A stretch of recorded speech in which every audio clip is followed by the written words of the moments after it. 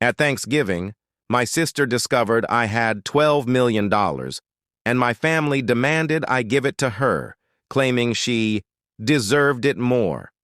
I guess this is my way of finally letting it all go.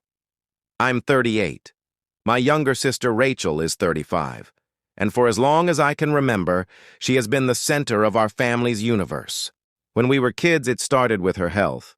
Allergies, asthma, some autoimmune stuff. I don't downplay it. It was real. But what started as concern turned into obsession. My parents wrapped her in bubble wrap and told me to be understanding when she got all the attention. Every birthday, every holiday, every photo album, she was the miracle. I was the afterthought. I'd win academic awards, and it was, "That's great, honey, but Rachel's appointment went really well today." I made varsity swim team freshman year. They missed my meets because Rachel didn't feel up to going. I got into the University of Michigan with a full scholarship. They barely reacted. They didn't come to my graduation. Rachel, for what it's worth, is not a monster. She's just been spoon-fed praise and pity her entire life. She never had to try very hard. She failed out of college twice. She's never held a job longer than 6 months. But to my parents, she was a misunderstood genius, the family empath, a fragile angel who needed protecting. Meanwhile, I built myself in silence. I lived off campus, worked 2 jobs, studied while eating dollar store ramen. I interned, climbed, learned, and got very, very good at what I do. I run a business now, high-end jewelry authentication, niche but lucrative. I started small. Then the right clients came, word spread. Now I lead a company that services auctions, collectors, even museums.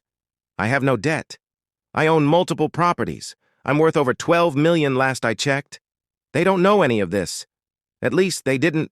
Every month I've sent my parents money. Quietly.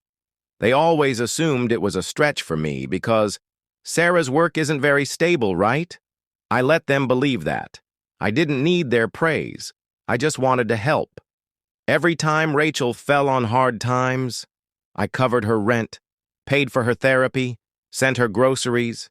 She never said thank you, just sent heart emojis and requests for more. It didn't matter. I was used to being invisible. Then came Thanksgiving. Everyone came to my place this year. I offered, like an idiot. Thought maybe if they saw my home, the art, the garden, the life I built, they'd finally see me. Rachel showed up late, as usual. Immediately took over the room. My mom fawned over her outfit, my dad poured her wine, and I went back to basting a turkey I no longer felt like serving.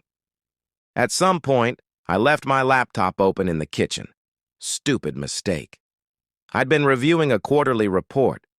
I came back to find Rachel standing there, staring at the screen like she'd seen a ghost. She turned around and said, "Are you seriously worth 8 figures?" I froze. The room went quiet. My mother said, "What are you talking about?" Rachel, never one for subtlety, announced it loud and clear. "Sarah has $12 million, just sitting there, and she lets us think she's broke?" That was the match. Suddenly it was, "How could you hide this from us? Why would you keep secrets from your family?" My dad asked if I'd been lying this whole time. Rachel started crying, actual tears, about how hard her life has been and how I had the means to fix it all and just didn't. She said, and I quote, "You don't need that money. I do. You owe it to me after everything I've been through." My mom backed her up.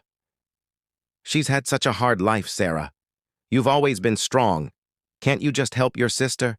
Like I haven't been helping her since I was old enough to babysit. Like I didn't raise myself while they coddled her through every tantrum and failure." I looked at all 3 of them and felt nothing. No rage, no sadness, just a silence so loud I could barely hear their voices. I told everyone dinner was canceled, asked them to leave. They refused. So I walked out of my own house, got in my car, drove to a hotel.